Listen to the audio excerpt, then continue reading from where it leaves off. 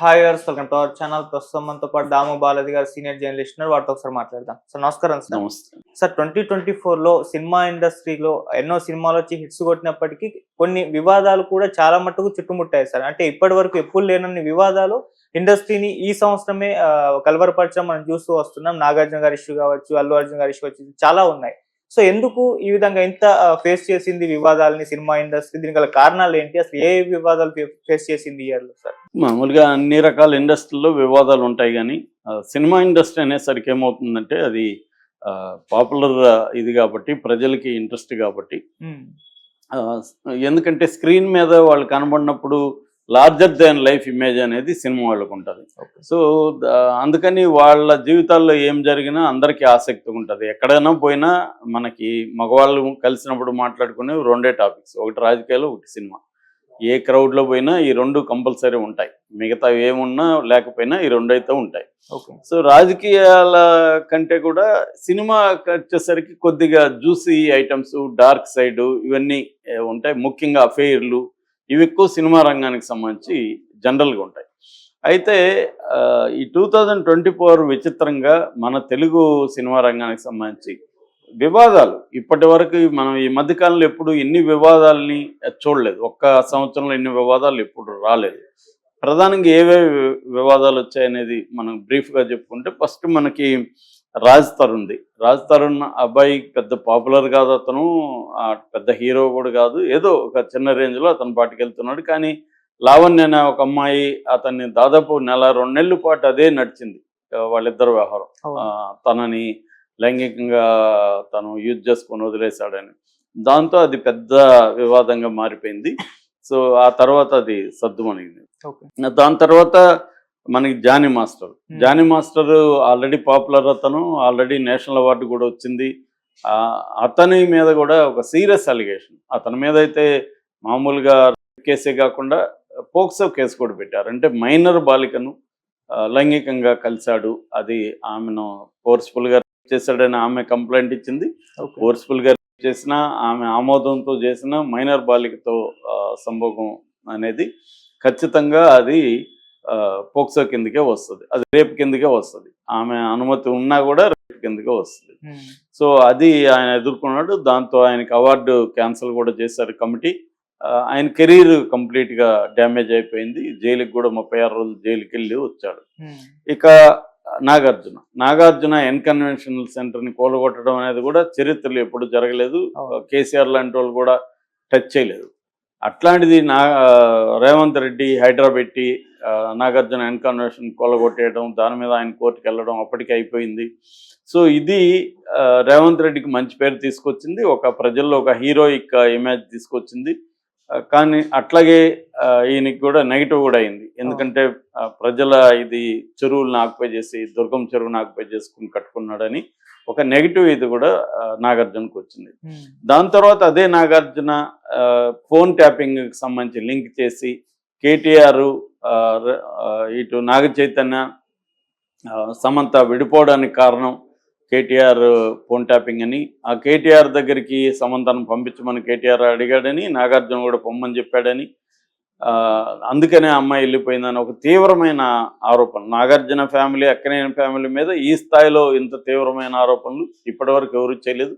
కొండా సురేఖ, అది సాక్షాత్తు కాంగ్రెస్ మంత్రి చేయడం, దాన్ని ఎవరు కాంగ్రెస్లో ఖండించలేదు ఇప్పటివరకు. ఆమెకి ఏ రకమైన పనిష్మెంట్ లేదు. కాకపోతే నాగార్జున కోర్టుకు వెళ్ళి గట్టిగా ఫైట్ చేస్తున్నాడు. ఈ విషయంలో నాగార్జునకి అగైన్ సింపతి అయితే జనాల్లో వచ్చింది. ఆమెకి వ్యతిరేకత, కాంగ్రెస్ పట్ల వ్యతిరేకత కూడా వచ్చింది. ఇక ఆర్జీవి ఎంత పాపులర్ మనకు తెలుసు. ఆయన వివాదాలు తెచ్చుకుంటుంటాడు, ఆయనే క్రియేట్ చేసుకుంటుంటాడు. ఆయన సినిమాలు ఎప్పుడైనా రిలీజ్కుంటే ముందు 1 month 2 months నుంచి వివాదాలను ఆయన క్రియేట్ చేసుకోవడం, ఏవి లేకపోయినా కూడా ఆయన బోరు కొడితే వివాదాలు క్రియేట్ చేసుకోవడం అనేది చూస్తుంటాం. కానీ ఆయన ఫస్ట్ టైం ఆయన దాదాపు అరెస్ట్ వరకు వెళ్ళిపోయింది. ఇంకా అరెస్ట్ అవుతాడేమో అన్న స్థాయికి వెళ్ళిపోయింది. కోర్టులోకి వెళ్ళింది కేసు. ఆయన మీద ఎప్పుడూ లేని స్థాయిలో మీడియా చాలా ఘోరంగా ఆయన్ను ప్రొజెక్ట్ చేసింది. ఆయన మామూలుగా అయితే తనకి యాంటీగా ఎవరు మాట్లాడినా ఆయన పట్టించుకోడు, పైగా ఆనందిస్తాడు. కానీ అట్లాంటిది ఆయన కూడా ఇరిటేట్ అయ్యాడు, ఆయన కూడా బాధపడ్డాడు, సఫర్ అయ్యాడు దీనివల్ల. అంటే రామ్ గోపాల్ వర్మను కూడా సఫరింగ్ లైక్ తీసుకురాగలిగింది, బాధ పెట్టగలిగింది ఈ ఇష్యూ. ఆ మేరకి లోకేష్ కానీ అక్కడ పవన్ కళ్యాణ్ కానీ సక్సెస్ అయ్యారు. జైల్లో పెట్టలేకపోయినా ఆయన ఇబ్బంది అయితే పెట్టగలిగారు. సో దానివల్ల ఆయన ఏమైనా తగ్గుతాడంటే చెప్పలేం, కానీ ఓవరాల్గా అయితే రామ్ గోపాల్ వర్మ అయినా ఇంకొకరు అయినా మేము వదలము అనే ఒక సిగ్నల్ అయితే వాళ్ళు ఇవ్వగలిగారు ఆ కేసులో. ఏదేమైనా ఆయనకి ముందస్తు బెయిల్ వచ్చింది కాబట్టి సేవ్ అయితే ప్రస్తుతానికి అయ్యాడు.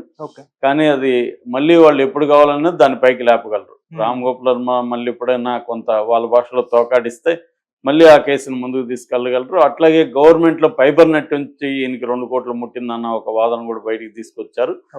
దాని మీద కూడా ఈయన కోపంగా నేను నోటీసులు ఇస్తాను మీడియాకి అని కూడా అనౌన్స్ చేశాడు. అది ప్రస్తుతానికైతే ఇది ఉంది. ఇవన్నీ కూడా టు బి కంటిన్యూడ్. ఇవన్నీ అంటే నాగార్జునది కంటిన్యూ అవుతుంది 2025లో, ఎందుకంటే అది కేసు కోర్టులో ఉంది. తర్వాత రాజ్ తరుణ్ది కంటిన్యూ అవుతుంది. ఇటు వీళ్ళందరిది రాజ్ తరుణ్ది అవుతుంది, జానీ మాస్టర్ది అవుతుంది, వీళ్ళందరూ కూడా కంటిన్యూ అవుతాయి. ఫుల్ స్టాప్ లేదు వీటికి. ఇక మోహన్ బాబుది మొన్ననే చూసాం, అది కూడా ఫుల్ స్టాప్ లేదు. 24 వరకు డెడ్ లైన్ పెట్టాడు కమిషనరు సుధీర్ బాబు. 24 తర్వాత మోహన్ బాబు వెళ్ళి అటెండ్ అవ్వాలి విచారణకి అటెండ్ అవ్వకపోతే అరెస్ట్ వారెంట్ ఇష్యూ చేస్తామని కూడా ఆయన హెచ్చరించారు. ఆల్రెడీ గన్స్ కూడా అక్కడ చిత్తూరు జిల్లాలో గన్స్ కూడా హ్యాండ్ ఓవర్ చేశాడు. ఆయన రంజిత్ అనే ఒక TV9 విలేకరిని కొట్టించడంతో ఆయన మీద మొట్టమొదటిసారిగా హత్యానేరం మోపబడింది. అది కూడా అరెస్టు వాళ్ళ ఇంటి దగ్గరికి వెళ్ళింది. సో చివరికి ఆయన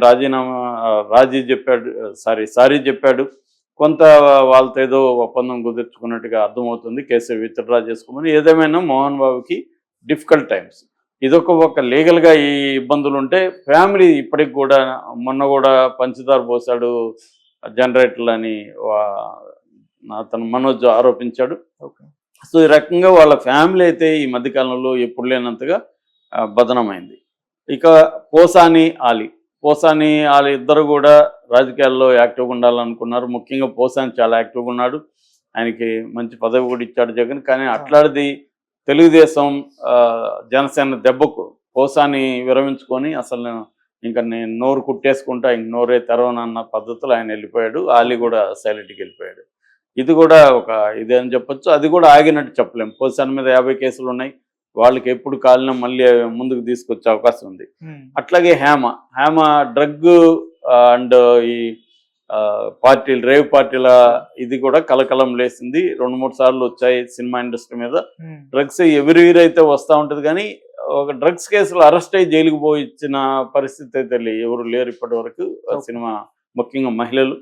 సో ఈమె వెళ్ళి రావడం అనేది అదొక ఇది. అట్లాగే పూనం కౌర్ త్రివిక్రమ్ శ్రీనివాస్ మీద డైరెక్ట్గానే ఆమె అతను ఒక లైంగికంగా అత్యాచారం చేశాడన్న పద్ధతిలో ఆమె ఆరోపించింది. కానీ ఫిల్మ్ ఛాంబర్ ఏమో ఆయన కంప్లైంట్ ఇవ్వకుండా ఇలాగ పెట్టడం వల్ల మేము ఎట్లా ఎంక్వైరీ చేయలేం కదా, ఆమె కంప్లైంట్ ఇస్తే రిటర్న్గా మేము దీని మీద చర్య తీసుకుంటాం అనేది ప్రకటించింది. కానీ పూనం కౌరు దానికి సిద్ధంగా ఉన్నట్టు కనబడలేదు. ఆమె ఎంతసేపటికి పవన్ కళ్యాణ్ మీద త్రివిక్రమ్ మీద ఇండైరెక్ట్గా మాట్లాడుతుంటారు తప్ప డైరెక్ట్గా నీకా లేకపోతే నీ ఫ్రెండ్స్కా ఎవరికైనా వీళ్ళ వల్ల అన్యాయం జరిగి ఉంటే వచ్చి కంప్లైంట్ ఇవ్వాలి. ఆ పని ఆ అమ్మాయి చేయట్లేదు.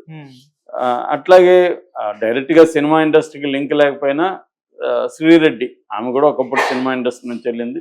ఆమె కూడా నేను విరమించుకున్నాను డైరెక్ట్గా ఆమె సారీ చెప్పింది. ఒక రకంగా కాలు పట్టుకునే పరిస్థితి ఆమె క్రియేట్ చేసుకుంది. మేబీ అందుకని ఆమెకు ఇప్పటి వరకు ఇంకా ఆమెను అరెస్ట్ అయితే చేయలేదు. కేసులు అయితే ఉన్నాయి. శ్రీరెడ్డి మళ్ళీ ఏమన్నా తోకాడిస్తే శ్రీరెడ్డిని అరెస్ట్ చేసే అవకాశాలు కనిపిస్తున్నాయి.